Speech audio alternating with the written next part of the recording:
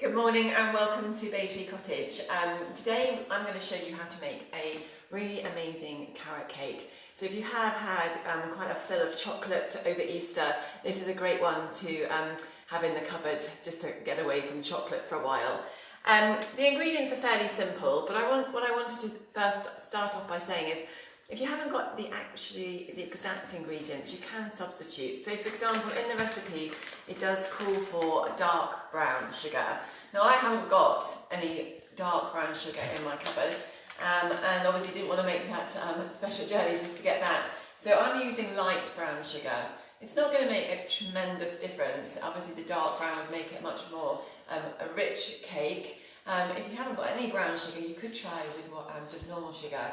Remember, this is all about giving you some guidance with the ingredients, and sometimes you have got to be a little bit flexible. So don't feel, oh my gosh, I haven't got it. You know, just see what you have got. In the same instance, the recipe does call for wholemeal self-raising flour, which I do have a little bag left in my cupboard. If you haven't got wholemeal self-raising flour, then just use normal self-raising flour. So once again, you know, if the shops haven't got exactly what you want, you know, just be a little bit flexible. Equally, instead of using pecan nuts, I'm using walnuts. I am keeping a little bit to the recipe, but also being a little bit flexible.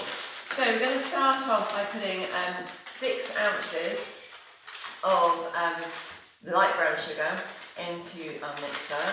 Now this recipe is interesting because it doesn't have any butter or margarine.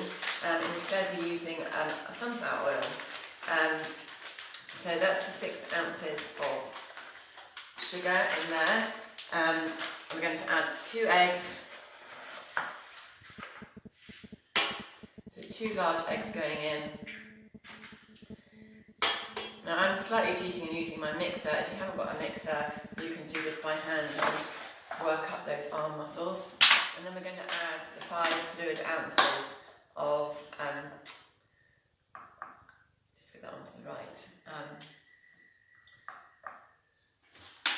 of sunflower oil. So in that goes, just checking the recipe, just one more time. Okay, and we're going to whiz that up. Now, I've just forgotten to say, before you start all this, you want to roast your pecan nuts or walnuts.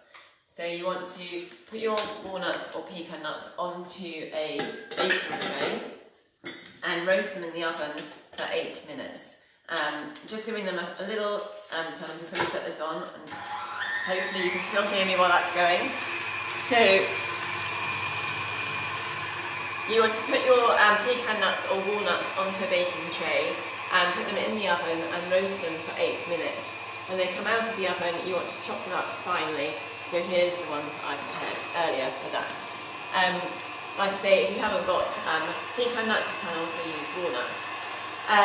You want to prepare your tins. So I've got 2 sandwich tins, which I've greased and then just lined with some baking parchment. Okay, so that's all going on well in a mixer. So now we're going to weigh out our dried ingredients. Let's get that back to 0. So we've got 7 ounces of self-raising wholemeal flour.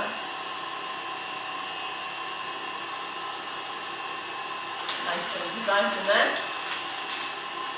We've got 1 teaspoon of bicarbonate soda. So once again, my very efficient spoon with all the measurements in one. We're going to put out 1 teaspoon of bicarbonate soda. So measure it in like that. And in it goes. We're also going to have 3 teaspoons of mixed spice. Really adds a lot of flavour to this cake. It's really lovely. So because the 1 teaspoon is a bit too big to go in there, we're just going to put in a half a teaspoon. 1, 2, 3, 4, 5, 6. That's our dried ingredients. So the mixed spice, self-roasting flour and bicarbonate soda.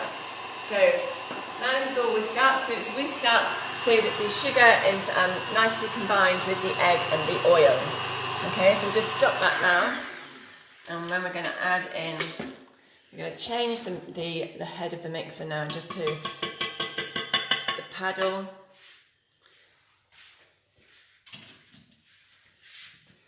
So put that attachment in. And we're going to put that dried ingredients into our bowl, like that.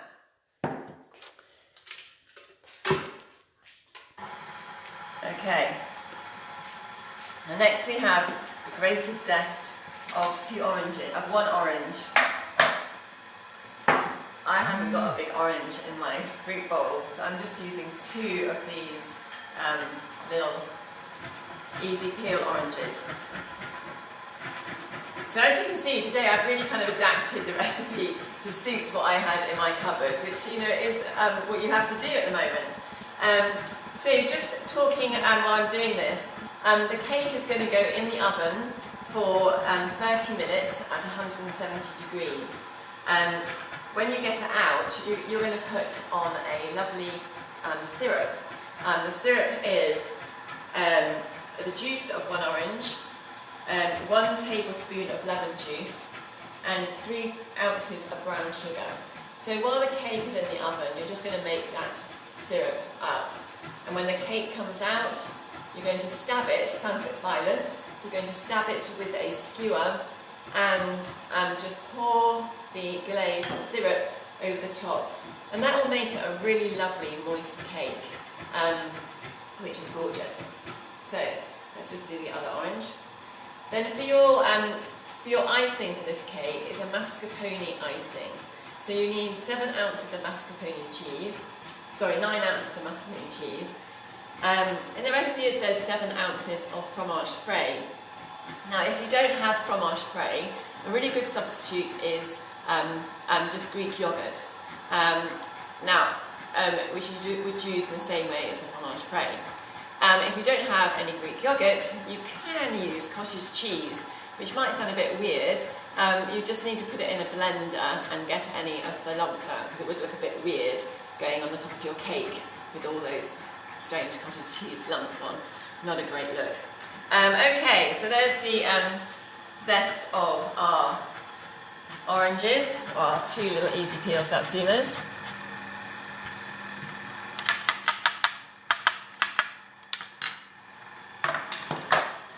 And into that we need to measure out 4 ounces of our satsumas.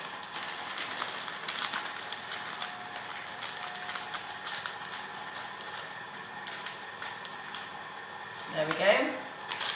So we need 2 ounces of desiccated coconut.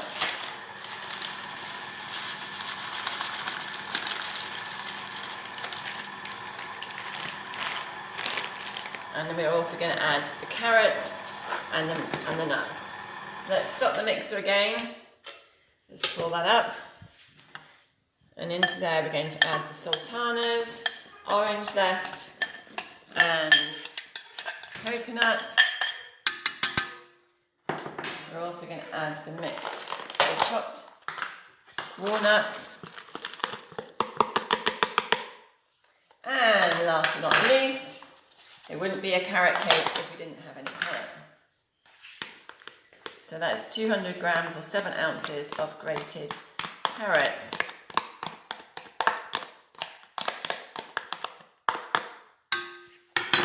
There. I was amazed our post on Monday got a fabulous 1.3 or 1,300 views. How fantastic is that? We obviously all love the idea of making some après lockdown tipple, or you're all like gin. Today let's see how many likes we can get on this post. So while that's mixing, you want to get your tins ready. Obviously you've got your oven all warmed up to 170 degrees. Just let that have a little mix round. You don't want to over mix it. Turn that off. Scrape down the paddle.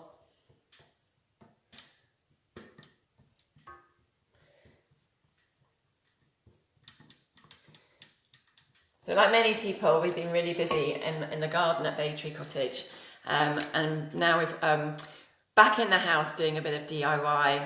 Everyone's houses and gardens are going to look fantastic by the end of all this. Right, okay.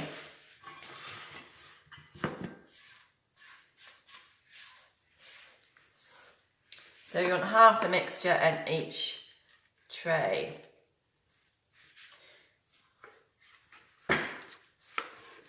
If you want to be incredibly precise, you can measure this on the scales.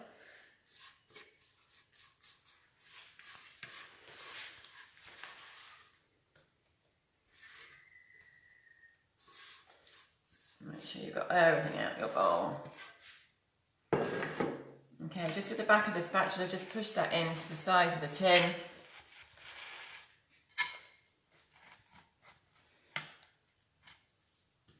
And scrape it off with the spoon. Okay, so that's going to go into the oven for 30 minutes.